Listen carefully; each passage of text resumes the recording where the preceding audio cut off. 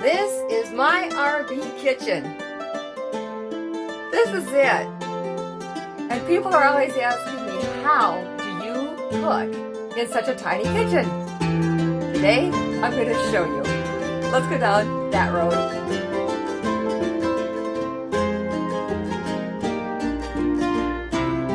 Hello, faithful people. I'm Orlene. And Gary is at the church. This is his last week serving a church vacancy. And the new pastor is coming. And Gary will be officially retired again. People are always asking me, how do you cook in such a tiny space? I mean, this is really a small kitchen. And just so you know, Gary has my tripod in the truck. So I'm going to be doing this by holding my phone, and I won't be able to set it down. But I'm going to try and show you a little tour of the kitchen. I'm not going to show you how I organize it today, but I'm going to show you how I cook in it. And then later I will do how I organize it, which is really easy and it's very simple, and it doesn't cost hardly anything at all. In fact, you can probably use a lot of the things you already have in your home. So let me give you a tour first of my kitchen. This is my 7 cubic foot refrigerator freezer. It's very small. My freezer. And a lot of times I'll keep things, just so you know, I keep a lot of things froze. Like these are some chopped up portobello mushrooms. And I have some asparagus in here, and I keep, this is getting to the end of it, and I also keep peppers in here cut up. There's a lot of things that I have prepared ahead of time. My refrigerator, ta-da! This is it. This is how small it is.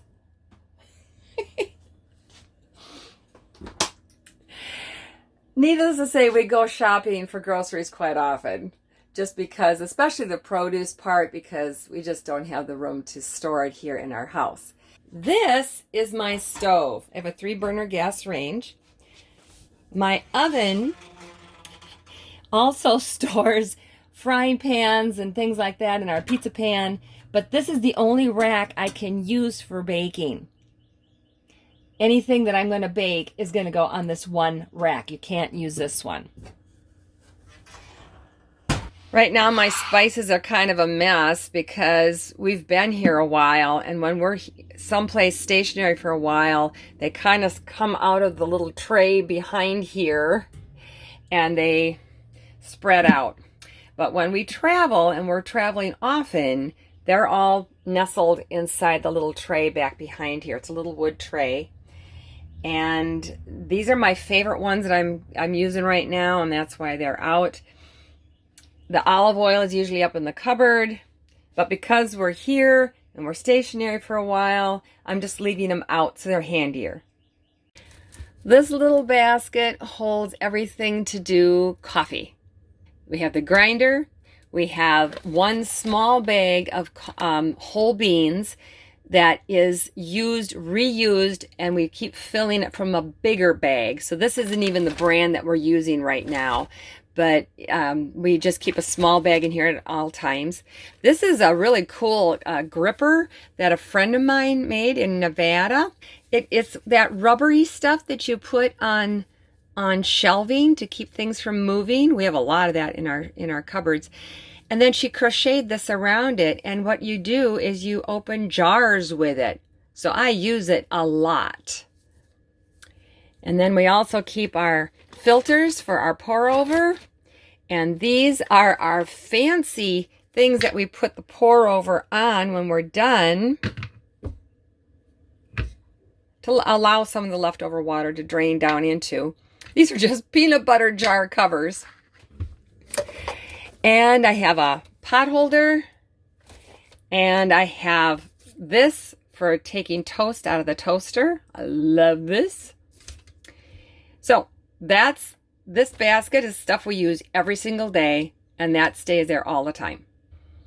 And then our toaster, that gets put away when we're traveling, and we don't use it when we're boondocking because we don't have electric. So we only use this when we have electricity. And then the same with my blender. That stays, the base stays here all the time, but when we travel, I take this off and put it up in the cupboard. This is a card that Gary gave me before we even thought about being on the road. And I kept it, and I just put it in a frame. Isn't that something? He must have had some kind of a prophecy about our future. When I need extra room for cutting or things like that, I take this. It covers up.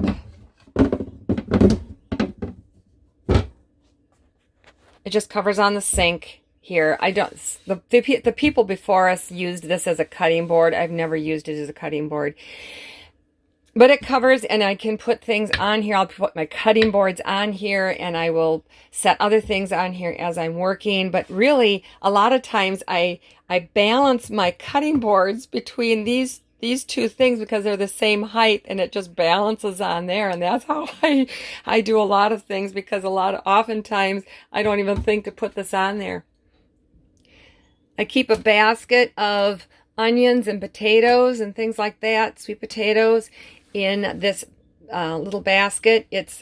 This is where we stack up our dishes throughout the day before they're going to be washed at night. So it gets a little crowded here, and I really can't use this space for preparing food very much. I can move this out of the way, and I can have this little bit of space, but it's not a lot, and the lighting isn't the best here. I have one light, and it doesn't shed a lot of light down here.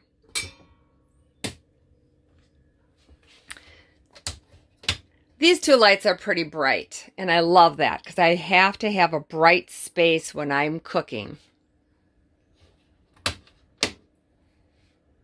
This is our Berkey water filter, and I absolutely love it. I'll show you sometime what we do with it when we travel. It's really simple. We figured out a really simple solution and for keeping it safe, but it gives us fresh water and filters a lot of stuff out of our water. And then this is the only other counter space I have, and this is where I have our driftwood that we found in, these I think were from a beach in California. And this bird our daughter made when she was a little girl. And the lighthouse is a gift from my sister who is now in heaven. And lighthouses have a very Christian message behind them too. So I love that lighthouse. And then we keep usually our fruit over here. So it gets kind of crowded. I don't have a lot of space, as you can see.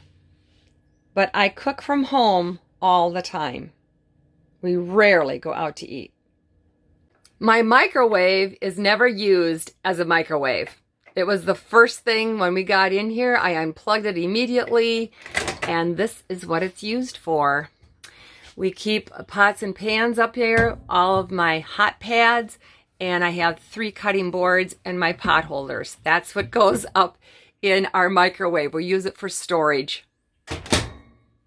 I like having the back kitchen here because it's kind of a U shape, and we do use the table at times too.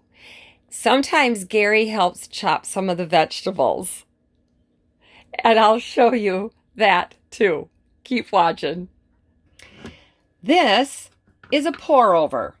We don't have a Keurig machine. We don't have a coffee maker. And when we lost power a couple weeks ago here in Texas, we were able to make fresh, hot, organic coffee. I'm going to show you how I make coffee, my kind of coffee with chocolate. And I'm going to show you how to make 2 meals in one night. The first is going to be chicken tacos, gluten-free. And the second night is going to be a soup, and I'll explain that in the video.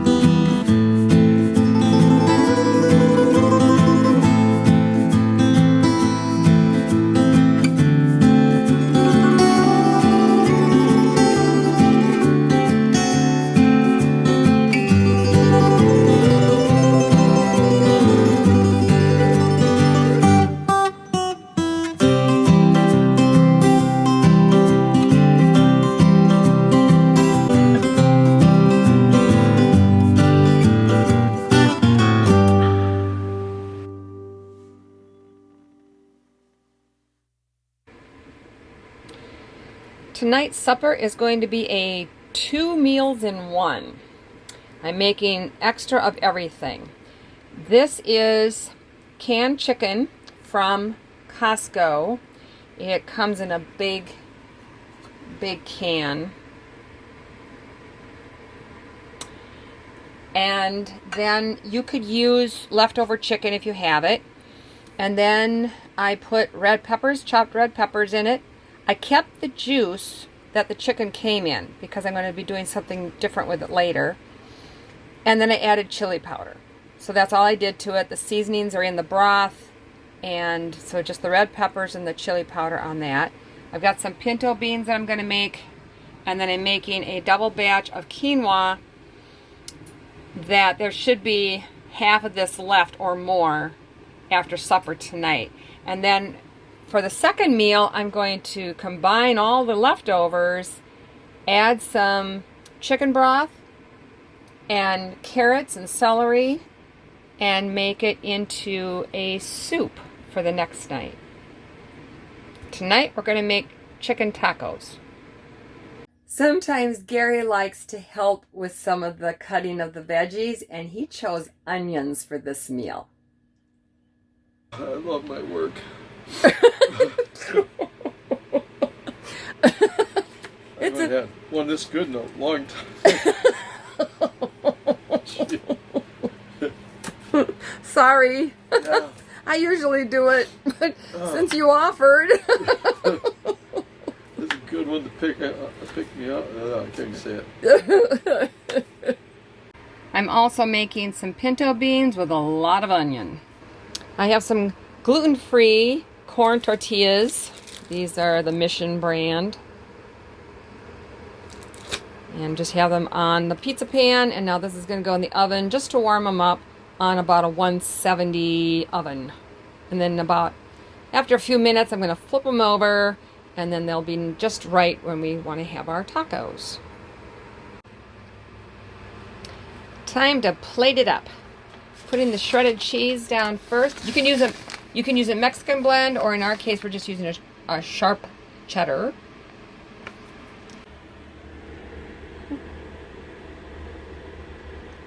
You can do rice if you prefer. We're just doing quinoa because that's what we usually do, and I used a vegetable broth base instead of water.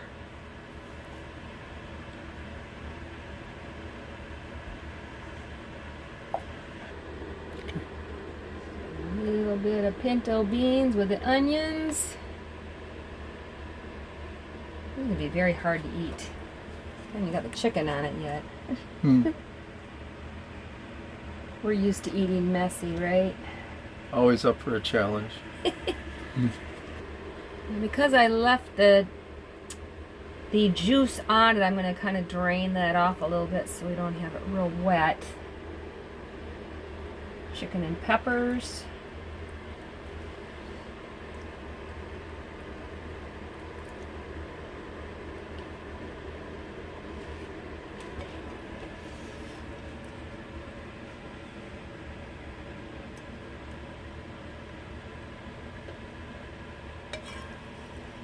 We'll have plenty left over to make the soup the next time with the leftovers.